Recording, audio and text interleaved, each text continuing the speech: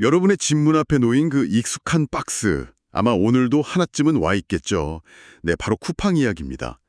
우리가 뭐 새벽 배송으로 신선식품 받고 클릭 한 번으로 다음날 필요한 물건 받는 이 편리함 뒤에 보내주신 자료들을 보니까 정말 거대한 세계가 숨어 있더라고요. 그렇죠.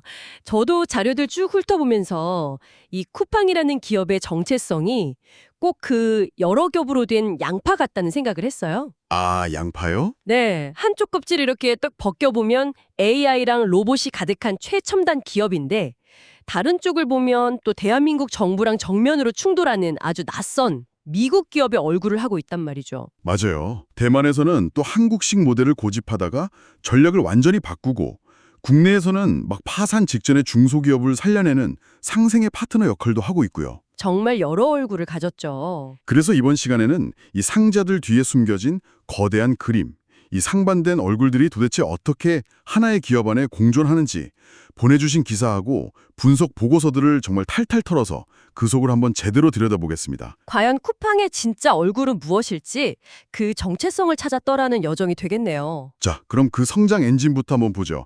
2024년 기준으로 한국 이커머스 시장의 거의 4분의 1, 그러니까 25%를 차지하는 압도적인 1위 사업자가 됐어요. 네, 정말 대단한 성장세죠. 근데 제가 진짜 놀랐던 건 월 회비를 4,990원에서 7,890원으로 올렸잖아요.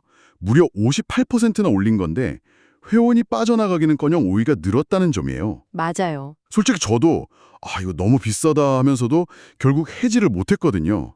이게 대체 어떻게 가능한 거죠? 바로 그 지점이 쿠팡 생태계의 무서움이죠. 이걸 단순히 락인 효과라고만 설명하기에는 좀 부족하고요. 그런가요? 네, 이건 거의 편리함의 중독성에 가깝습니다. 사실 한국 소비자들이 몇백 원 차이에도 되게 민감하고 가격 비교에 정말 도 같은 분들인데 쿠팡은 시간과 귀찮음이라는 새로운 변수를 시장에 던진 거예요. 시간과 귀찮음이요? 그렇죠. 몇천 원 아끼자고 내가 내일 저녁 메뉴를 지금 걱정하고 주말에 마트에 직접 갈 것인가? 혹은 이거 반품하기 귀찮아서 그냥 쓸까? 아니면 문 앞에 두기만 하면 되는 무료 반품을 쓸까?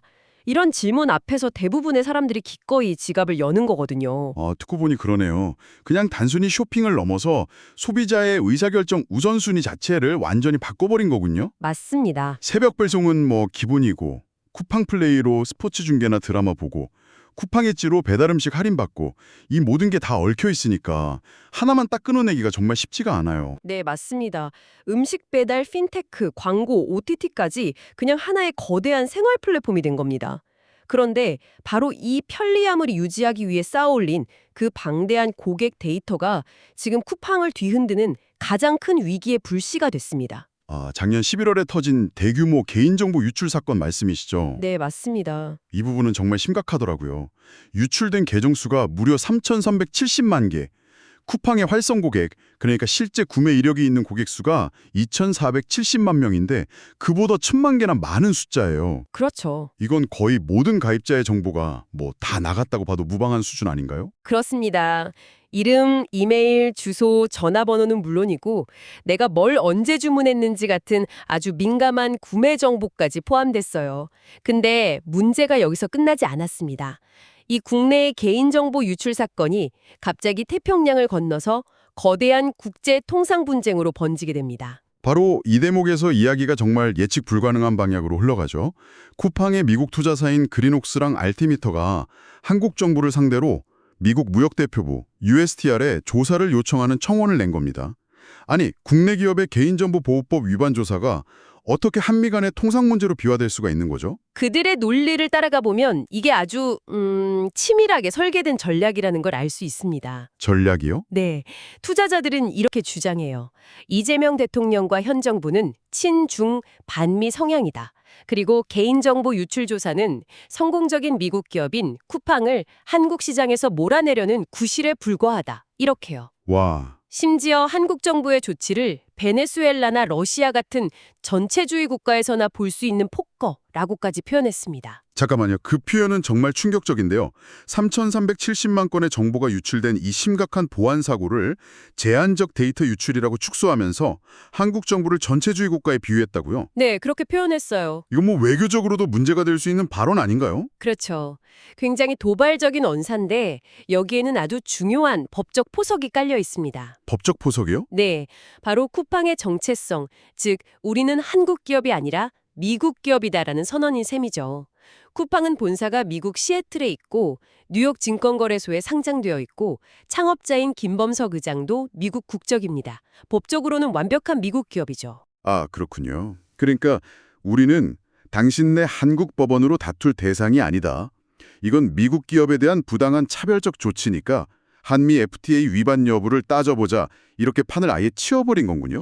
정확합니다. 싸움의 무대를 한국의 행정법원이 아니라 미국 정부가 직접 나서는 국제통상분쟁회장으로 그냥 옮겨버린 겁니다. 만약에 미국 무역대표부가 투자자들의 주장을 받아들여서 한국 정부의 조치가 FTA 위반이라고 판단하면 최악의 경우에는 한국산 제품에 대한 관세 보복 같은 실제적인 타격으로 이어질 수도 있는 굉장히 중대한 사안으로 격상되는 거죠. 정말 아이러니하네요. 한국 시장에서 한국 소비자들을 상대로 돈을 벌면서 문제가 생기니까 자신은 미국 기업이라면서 한국 정부랑 맞서는 이 상황이에요.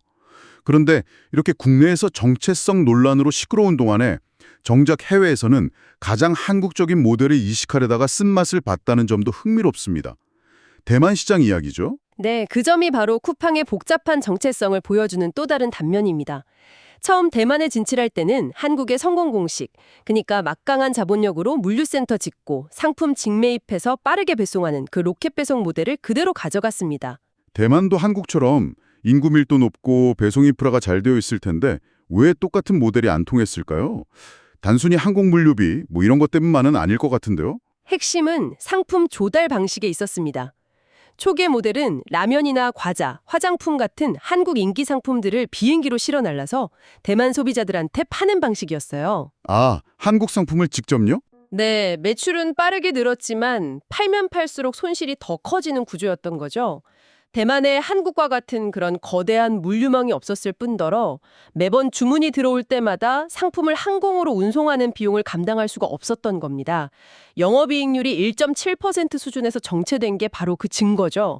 그래서 결국 전략을 바꿨다고요. 자료를 보니까 현지화로 방향을 틀었다군요. 맞습니다. 이건 아주 중요한 전환점이에요.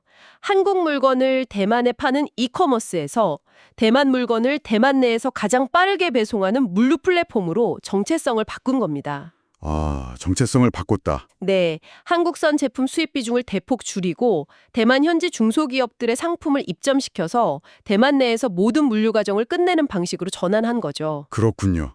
결국 한국에 쿠팡을 수출하려다가 실패하고 대만의 아마존이 되기로 한 거나 마찬가지네요. 이게 앞으로 쿠팡의 글로벌 전략에 어떤 영향을 미치게 될까요? 이건 뭐 일본이나 태국, 말레이시아 같은 다른 아시아 시장으로 진출할 때 아주 중요한 학습 경험이자 성공 방정식이 될 겁니다. 쿠팡의 핵심 경쟁력은 한국 상품이 아니라 데이터와 기술에 기반한 초고속 물류 시스템 그 자체라는 걸 스스로 증명한 셈이니까요. 아, 즉 시스템은 이식화돼 상품은 철저히 현지화하는 그런 투트랙 전략의 가능성을 본 거죠. 자, 그럼 다시 국내로 돌아와서요. 그 초고속 물류 시스템의 심장, 바로 물류센터 이야기를 좀 해보죠. 자료를 보면 이곳은 단순한 창고가 아니라 거의 뭐 로봇 도시에 가깝더라고요. 네, 맞아요. 자율 운반 로봇 AGV가 수백 개의 선반을 통째로 들어서 작업자 앞으로 가져다주고 소팅봇이 택배 상자를 순식간에 분류하고요. 흔히 이런 자동화 기술이 도입되면 사람들 일자리가 사라질 거라고 걱정하잖아요. 네, 그게 일반적인 우려인데 쿠팡의 사례는 조금 다른 양상을 보여줍니다. 물론 단순 반복 업무를 하던 일자리는 로봇으로 대체되겠죠. 하지만 그 로봇 군단을 유지하고 보수하고 시스템을 최적화하는 새로운 형태의 고부가가치 일자리가 폭발적으로 늘어나고 있습니다. 바로 오토메이션 직군 엔지니어들입니다. 그게 얼마나 늘었나요? 자료에 따르면요, 불과 2년도 안 돼서 관련 인력이 330명에서 750명으로 2배 이상 늘었고요. 연말까지 180명을 더 뽑을 계획이라고 합니다. 와, 2배 이상이요? 네. 중요한 건 이런 양질의 기술직 일자리가 수도권에만 집중되는 게 아니라 광주나 대구 같은 지역 거점 물류센터에도 생겨나고 있다는 점입니다. 지역 청년들에게는 정말 좋은 기회가 될 수 있죠. 그러니까 로봇이 인간의 일자리를 빼앗는 게 아니라 인간이 로봇을 관리하는 더 높은 수준의 일자리를 만들어내고 있는 일종의 선순환 구조군요. 그리고 쿠팡이 구축한 이 거대한 인프라가 이제는 중소상공인들에게도 활짝 열리고 있다는 점, 이 점도 주목해야 할 것 같아요. 로켓 그로스 서비스 말입니다. 그렇죠. 이건 물류에 투자할 자본이나 인력이 부족한 작은 업체들에게는 그야말로 날개를 달아주는 것과 같습니다.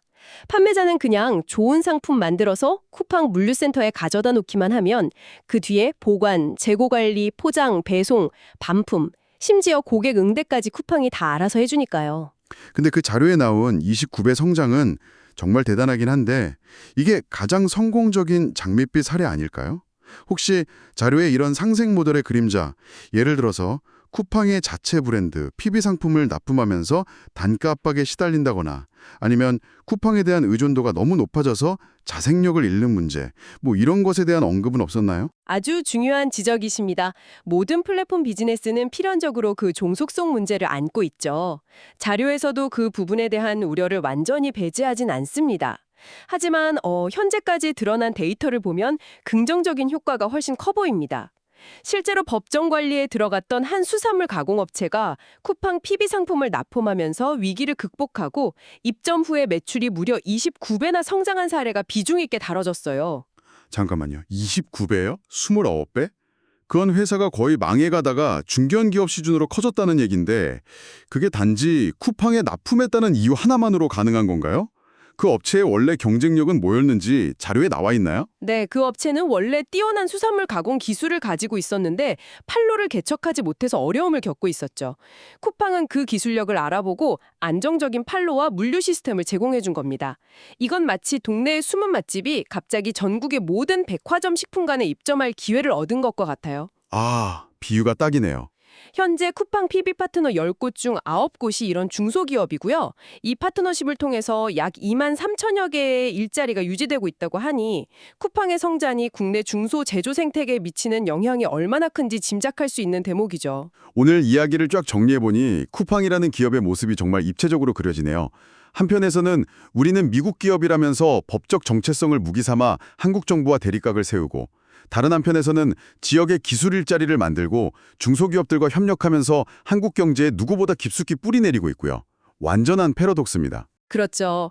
성장의 빛 이면에는 3,370만 건이라는 엄청난 개인정보 유출에 책임을 져야 하는 어두운 그림자가 있고 또 해외에서는 한국에서의 성공 방정식을 버리고 현지화라는 새로운 생존법을 터득하면서 끊임없이 진화하고 있습니다. 혁신가와 투쟁가, 상생의 파트너와 위기의 당사자라는 여러 얼굴을 동시에 가진 정말 복합적인 존재가 된 셈입니다. 오늘 우리가 함께 짚어본 이 자료들은 결국 우리에게 하나의 근본적인 질문을 던지는 것 같습니다. 쿠팡은 과연 한국 기업일까요? 미국 기업일까요? 그리고 더 나아가서 21세기 글로벌 시대에 기업의 국적을 결정하는 기준은 과연 무엇이어야 할까요? 법인이 등록된 서류상의 주소일까요? 아니면 기업이 대부분의 일자리를 창출하고 고객에게 서비스를 제공하며 사회에 문화적으로 가장 큰 영향을 미치고 있는 바로 그 시장일까요? 이 질문에 대한 여러분의 생각은 어떠신가요?